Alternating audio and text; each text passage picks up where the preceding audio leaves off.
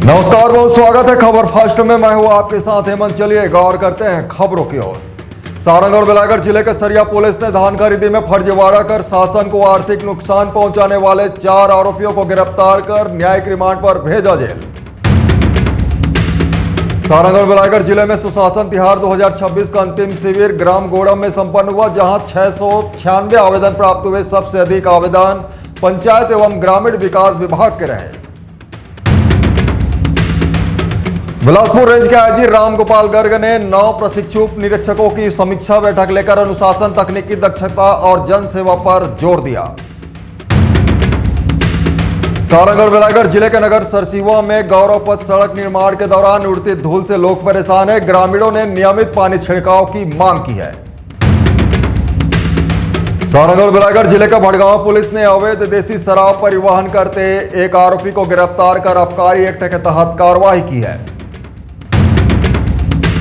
सारंग और बेलागढ़ जिले में मातृ एवं शिशु स्वास्थ्य सेवाओं को मजबूत करने के लिए विशेष कार्य योजना लागू की गई है। उच्च जोखिम गर्भवती महिलाओं की निगरानी पर विशेष फोकस किया जा रहा है।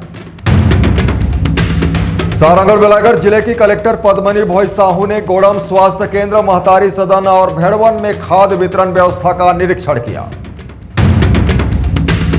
सारंग और बेलागढ़ जिले की कलेक्टर ने ग्राम जसरा के मॉडल आंगनबाड़ी केंद्र का निरीक्षण कर कुपोषित बच्चों की निगरानी और बाल विवाह रोकथाम के निर्देश दिए।